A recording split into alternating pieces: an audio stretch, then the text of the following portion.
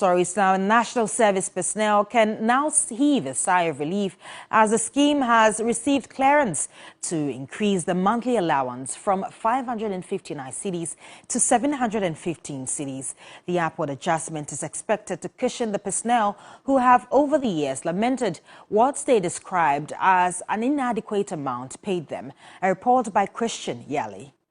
Mandatory service to the nation, but has been fraught with agitations, distress and concerns over the past years.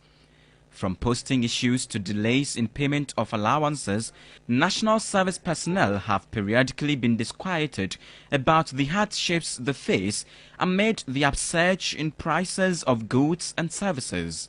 That's not all. Having to survive with 559 cedis despite the regular increase in transport fares and high standard of living made it difficult for personnel to barely keep their heads above water.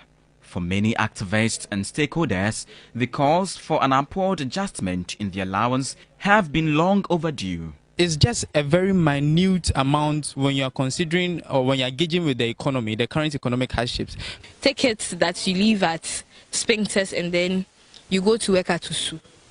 Just calculate your transportation during the month. I know colleagues of mine that always call me just for even 10 cedis to just survive for the day. So once we are ready to serve, they should also make sure that they also do what is due diligence to us. From 559 cedis to 27% adjustment could not have come at a better time amid spiraling inflation and a cost of living crisis.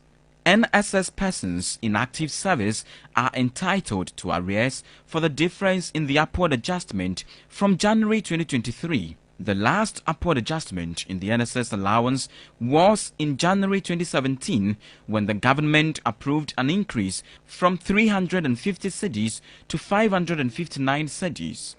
Christian Yali, TV3 News.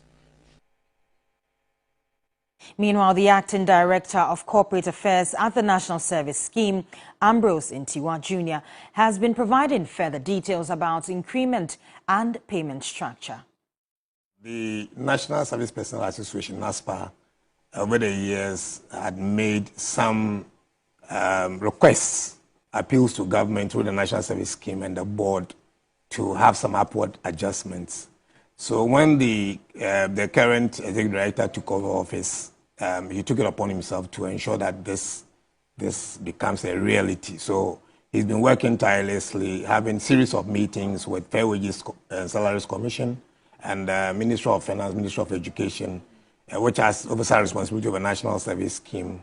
And thankfully, finally, we got this approval. Of course, government will have to look at the possibility of taking on the huge sums of money to be paid. This year, we're looking at about 170,000 to 180,000 people to be posted in September. That is huge cost to the state.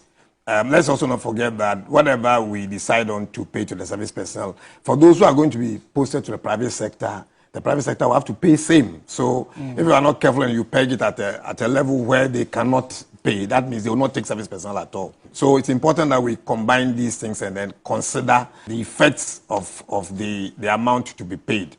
And it will be better to have this one paid than to peg it at a level that you cannot pay.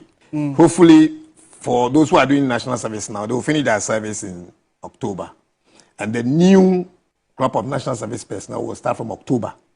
So we would also start with them with a new rate of 715.57. We had stated that we're asking them, we're urging them to exercise patience.